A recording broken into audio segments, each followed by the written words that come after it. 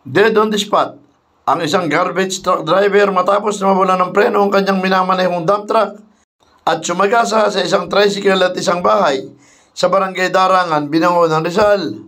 Ang driver ng Isuzu dump truck na agad binawian ng buhay sa pinangyarihan ng aksidente ay nakilalang si Cholan Binala E. Fernandez, 43 anyos, residente ng Binangonan, Rizal.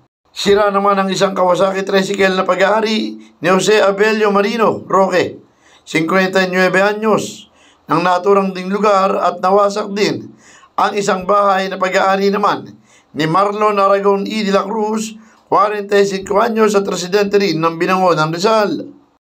Sa inisyal na investigasyon ng Binangonan PNP, dakong alas 4:30 ng hapon kanina, July 8, 2025, bumabagtas ang dump truck na minamaneho ni Fernandez sa Mabuhay Homes, pababa ng Quarry Road, Barangay Darangan, Binangonan, Rizal, at bigla itong rumagasa. Nahagip nito nakaparadang tricycle sa tabi ng kalsada bago ito tuluyang bumangga sa bahay na ikinasawi naman ng driver na si Feliciano. Hanggang sa kasalukuyan ay patuloy pa rin ang isinasagawang investigasyon ng mga otoridad.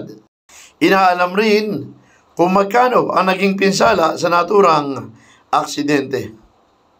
Felix Tambongco, The Observer News.